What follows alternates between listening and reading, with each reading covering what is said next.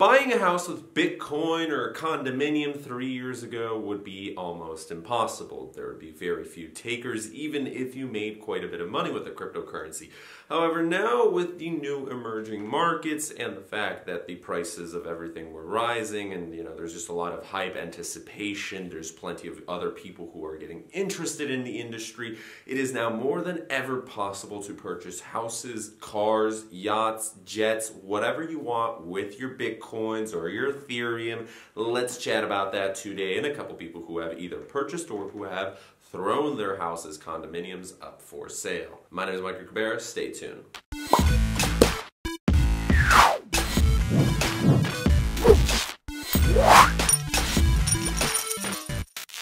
Okie dokie, so I got a little bit excited when I saw a Bitcoin Talk article today. Some person said that they purchased their house for 120,000 euro, equivalent to a couple of, what is that, like 12 or 13 Bitcoins or whatever it was, right? So that is enough to purchase a house wherever in Europe he purchased it. Also, it was a 5% discount for the fact that he was using cryptocurrencies and that a local newspaper was going to feature it. The article still hasn't come out yet, but the newspaper was excited because, hey, this is something to write about that's crazy for the average person, maybe in Spain or Italy, somebody who has never really gotten too much into technology before, suddenly they see that in the newspaper or in a magazine, they're like, wow, that's strange, and it actually works, it's not a scam, huh? And then they're interested in that, they're interested in the newspaper, they're interested in the real estate agent, and long before you know it, that 5% discount makes sense. So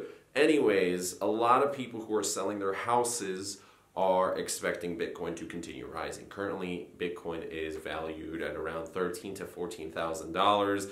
The average $13,500. Now that is a drop from December's $19,000 peak. However, please keep in mind, it is a new year, it's a new month.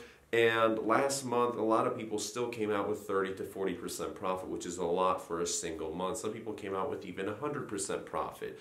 And that is just one house. That is just one example. So a lot of people who are holding for a year or two or three are getting really excited because what if Bitcoin hits $25,000? Or what if it hits $50,000 or $100,000? Or even some people are saying $1 million. Now, just because they're saying it, that's probably hyping everything up, and most likely it's not going to reach that. But $25,000 doesn't seem so ludicrous anymore after seeing it nearly hit $20,000. On some exchanges, yes, it did hit $20,000, and there have been people who have paid as much as $25,000 for the Bitcoin itself due to the 10, 15, 30% extra fees. Now, just because they did that doesn't mean everybody's doing it. However, it still shows you the possibilities of the cryptocurrency markets. So the real estate agents see something like that. They see the potential media effect where suddenly everybody gets interested. You're able to post about it online. You're able to brag about it to your friends. I just bought or sold a house using Bitcoin, and suddenly everybody's getting super interested. The community loves you for it because you're in full support,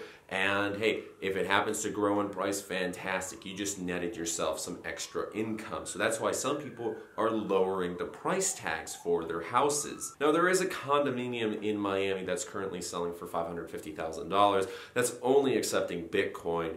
And that's interesting because that $550,000 is a little bit low considering it's a penthouse. Now, it's not some crazy penthouse, but still, most likely the owners are considering the fact that Bitcoin will rise a little bit further. I know plenty of people, even in my real life, where in Mexico there was some real estate guys who have been offered before multiple times Bitcoin for their properties. Now, this was years back. They laughed it off the table, and now they're crying about it because they could have made an extra couple $100,000, or for some cases an extra $1 million due to the fact that, hey, they would have sold their property. Sure, if they went through the bear markets, or sometimes there was really bad moments with Bitcoin. If they went through that, they hold it, and they didn't sell it up until like Bitcoin reached $16,000, $17,000, $18,000, $19,000, they would have made a bunch of money. Plus, they probably would have been more open to it and started trading, and at that point, there's a load of opportunity. So there's a couple of places like that where there's entire websites even. You look up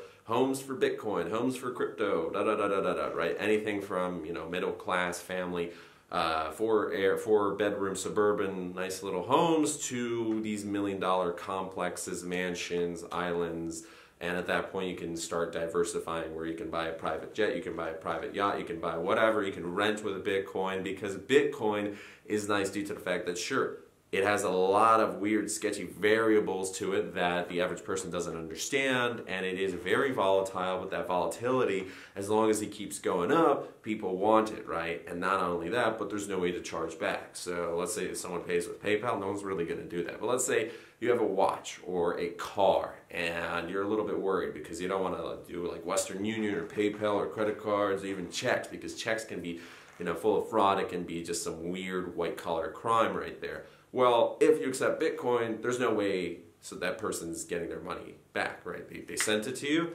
it's yours, and at that point, it's your job to secure that Bitcoin. But it is yours, it's in your hands, you're able to do whatever you want with it, and hopefully it continues to rise in price. Now, if you are somebody who purchased a bunch of Bitcoin or got it through some weird methods and you don't really want to pay taxes, that is an interesting example, because at this point, you're able to get your Bitcoin, where maybe you got it from doing something really, really bad, or you just made a bunch of money and don't want to pay taxes on it. At that point, as long as you're able to find a seller who will get that house, who will get that jet, yacht, whatever it is, let's say you have $500,000, you don't want to tax it, boom, you buy a house, that's it. Okay, cool. You buy a house in another country, you're able to go wherever you want. So unless you are a U.S. citizen where they'll track you down no matter, and at that point you can just say, no, thank you, I don't want that U.S. citizenship anymore.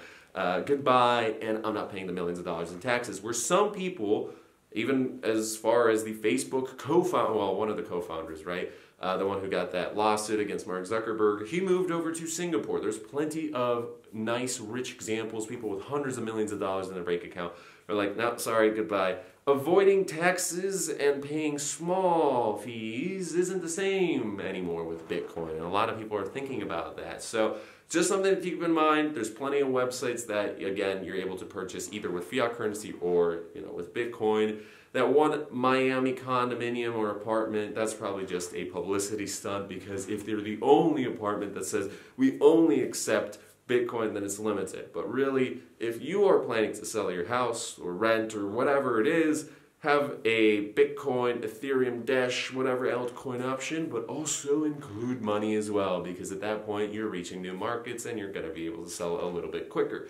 Now, if you do have Bitcoin, maybe offer discounts or something like that, or if you're offering fiat currency, you can work out something like that. I'm not really too good with real estate. But anyways, it is an interesting feature to think about. So if you were to buy a house, or if you were to sell a house for cryptocurrencies, what do you think about that? Is it full of potential problems, or is it just easier once you're actually an expert with cryptocurrencies? Because if you're brand new to the market, it's like, well, why go through that? And do you think over the next couple of years, we'll see plenty more of this? My personal opinion, of course. And I already made a video about this a couple months back, I think on the other channel, Avi. So anyways, it's interesting to see these little updates. My name is Mike Cabrera. Thanks so much for watching. We shall see you guys tomorrow. Bitcoin, hopefully at $25,000 in the next couple months. See ya, see ya, see ya.